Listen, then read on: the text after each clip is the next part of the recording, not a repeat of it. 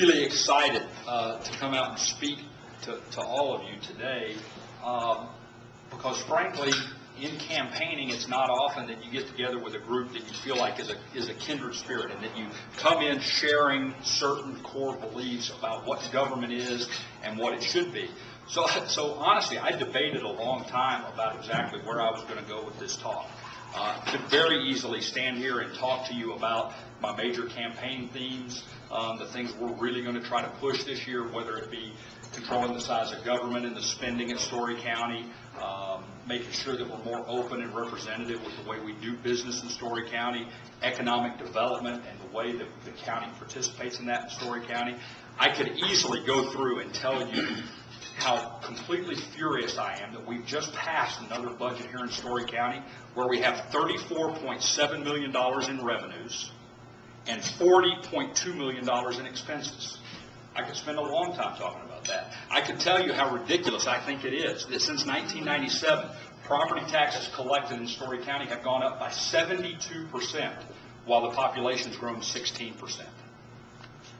I could absolutely tell you a story about just this Tuesday when there was a debate among the Board of Supervisors at their morning meeting on Tuesday morning about a grant gained by the sheriff and some expenses that are now associated with that grant. And the feeling from one of the supervisors that didn't the sheriff come to us and tell us there'd be no expenses that we'd have to spend if we got this grant, and now he's submitting a claim on expenses, and the other supervisor saying, well, boy, I'm just not really sure. And so going back and looking at the minutes from our summer meetings and there being nothing there because the meeting between the sheriff and the board literally occurred in a back room behind closed doors where no minutes were kept. So now we have no idea what was said, what was promised, what was done, and it is standard operating procedure right now. I could spend a lot of time on that. I could spend a lot of time talking about economic development here in Story County and the county's role in that. On our $40 million expenditure budget that we have in Story County, $75,000 each year is budgeted for economic development. We never use all of that. We generally use between $50,000 and $55,000 of that. And it's 3 times less than what we budget, $225,000, for elected officials and department heads to travel and do the education and convention things. It sends a very clear message about how we view economic development as a county. Easily talk about any of those things. But what I decided to talk to you all about, I've got a captive audience of like-minded people. I want to talk about what we can all do in the next 214 days to help ensure that November 2nd is the kind of day that we're going to be proud of. And believe me when I say this, we're not going to get to November 3rd and hopefully have very positive election results and everything just all of a sudden be better. We've got a steep hill to climb. But if we don't start in 2011, we may find ourselves in a position where we're not able to start in the future. So I want to spend a little bit of time about that. So I went all the way back and I started looking at this idea that became America. When it was first put forth, the idea that the government was beholden to the people, that in fact the people is the only place that the government can get its power, it was a completely radical, unheard of idea in the world. In fact, today it is still the most unique idea that's ever been put forth in terms of governance. The issue in this election, as I see it, is quite simply, do we still believe in self-government?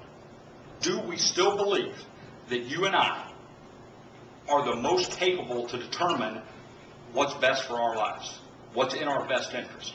Or do we believe that we finally gotten to the point where it's better if we just shift those responsibilities to a few intellectual elitists in a far distant place and let them plan it out for us? We're told, Janelle mentioned it, you open the newspaper, you watch a TV news program, you listen to talk radio, we're absolutely told that you have to pick right now, are you left or right? Are you Republican or Democrat? Where do you stand? And let's define you by how you stand on any one issue. And I will tell you that I absolutely reject that. First of all, I don't believe there is a true left or right that you can apply across the board. There's left or right on certain issues. And the idea of Democrat and Republican, I'm a proud Republican, but I don't think you can define every single thing about me, nor I you, simply based on your party affiliation. In reality, as I see it, there's only yes or no. And it depends on the question. If you want to talk about, do I believe that government should continue its unfettered growth? It should continue expanding its scope and role in our lives? I'll stand up and I'll say, absolutely no, I don't believe that. If you want to talk about whether it's time for us to give up on man's age-old quest for self-governance, self-reliance, I tell you absolutely, I'm proud to stand here and say, no, absolutely not. I don't think that's where we are, and I don't believe you do. The simple fact is that those who are willing to sacrifice freedom for egalitarianism, freedom for fairness, they've already rejected the American principles as I see it. Plain and simple. And what's worse, they fail to recognize the age-old saying, any government that is big enough to give you everything you want is also strong enough to take everything you have. And one step further than that, any government that's strong enough to take everything you have eventually does just that. There's no stopping it. The Founding Fathers knew that government cannot control the economy without also controlling the people. And so safeguards were put in place to keep that from happening. Because, of course, all of us know the truth is that outside of its legitimate purpose and function, government does nothing as well, as economically, or as efficiently as the private sector can do it. Currently, as frustrating as this is for me, it seems that we've lost the ability for debate. Because currently, if someone were to question what's going on in government,